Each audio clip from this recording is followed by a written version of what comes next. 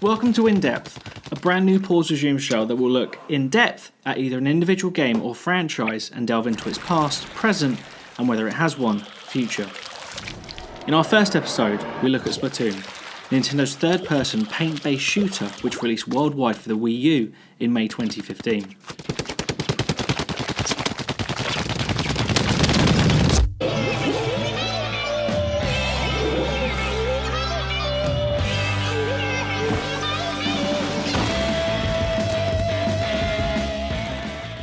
Splatoon centres around Inklings, human-like creatures who can transform into squid form at will. It features a fully fleshed out single-player mode, as well as a 4-on-4 multiplayer, and was one of the Wii U's best-selling games in the console's short lifespan, selling 4 million copies worldwide. A sales figure that means that 1 in 3 Wii U owners bought the game, a staggering feat for a new IP, especially on a console that consistently struggled throughout its lifetime. With a Metacritic score of 81, the original Splatoon received critical success to back up its sales numbers. But Splatoon, and its forthcoming sequel Splatoon 2, is an extremely important franchise for more than just financial reasons. Splatoon and Splatoon 2 are examples that Nintendo can still produce a brand new franchise that not only plays well, but can appeal to a variety of different audiences.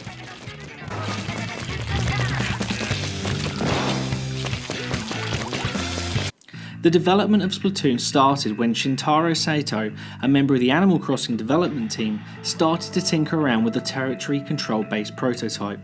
From here, the prototype turned into a rough 4v4 version of Splatoon's ink-based gameplay that we all know and love today, and even included the ability for players to hide in ink while trying to cover as much of the arena as possible at this early stage. Shintaro Sato got the green light to turn his concept into a fully fledged game, but at this point, the actual characters and design were still a long way from being settled upon. Even at this early stage, some form of the squid-like creature was very much in the running to be the star of the game, but the team also tested with humanoid rabbits and Mario. The humanoid rabbits didn't make the cut as the team didn't feel that they had good enough reason to be using an ink-like substance. I mean, why would rabbits be messing around with ink anyway? While Mario wasn't used, as the young development team wanted to create a truly new IP, separate from the Mushroom Kingdom entirely. After creatively looking at how to make a squid and human creature, the team eventually settled on Inklings. Capable of hiding in the ink, while also capable of holding weapons with their hands in human form. They were perfect for the new IP, and, most importantly, appealing and marketable. The team decided that by having them transform, it would make them appeal more to both a Japanese and Western audience. Similarly, the layout of the game was heavily inspired by skateboarding youth culture, with skate parks and graffiti a common occurrence throughout the game. This inspiration also led to the unique music of Splatoon and its inclusion of fictional bands for a number of the in-game tracks.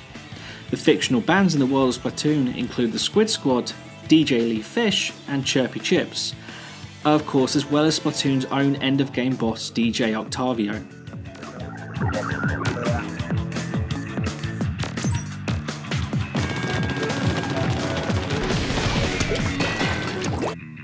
Game director Tsubasa Saguchi and producer Hisashi Nogami headed a younger-than-usual team for Nintendo, and during the development process, they both admitted that they, along with the rest of the team, extensively played first-person shooters on other platforms, and that much of this influenced part of Splatoon's development. It's an admission that is often unheard of from Nintendo, especially from influential people like Shigeru Miyamoto and Eiji Onuma, who routinely say that they don't play games from other companies. Before its release, rumours abounded that Splatoon was originally meant to be a sequel to the GameCube title Super Mario Sunshine, as it features a water hose that is similar to Splatoon's own mechanics. But this was just a rumour, and Splatoon was never seriously considered at any stage to be a sequel to the popular Mario game.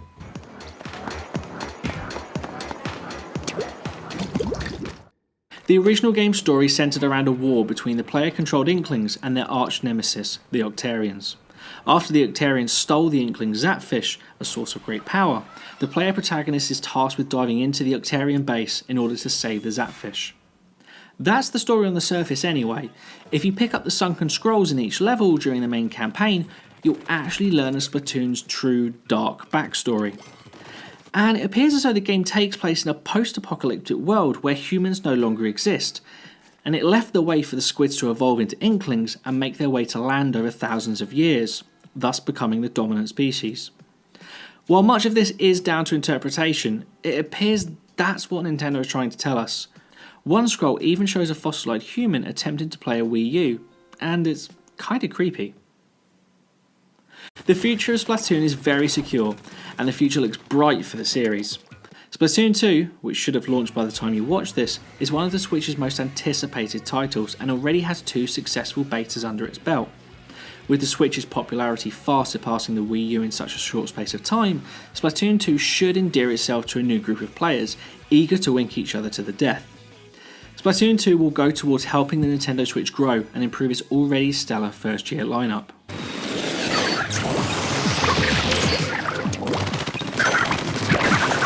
Behind the colourful, tentacle hair and paint rollers, the release of Splatoon marks an important moment in Nintendo's life as a company. It signified a changing of the guard and a trust in its younger developers and a reaction to the changing cultural trends, not just in the East, but the West as well. It was a sign of reluctant acceptance that maybe, just maybe, Nintendo won't be able to survive in 50 years' time by just relying on new Mario and Zelda games every so often. Splatoon allowed them to not just try new ideas and concepts, but also prove that they still have that Nintendo magic to create a brand new concept, have faith in it, and make it work.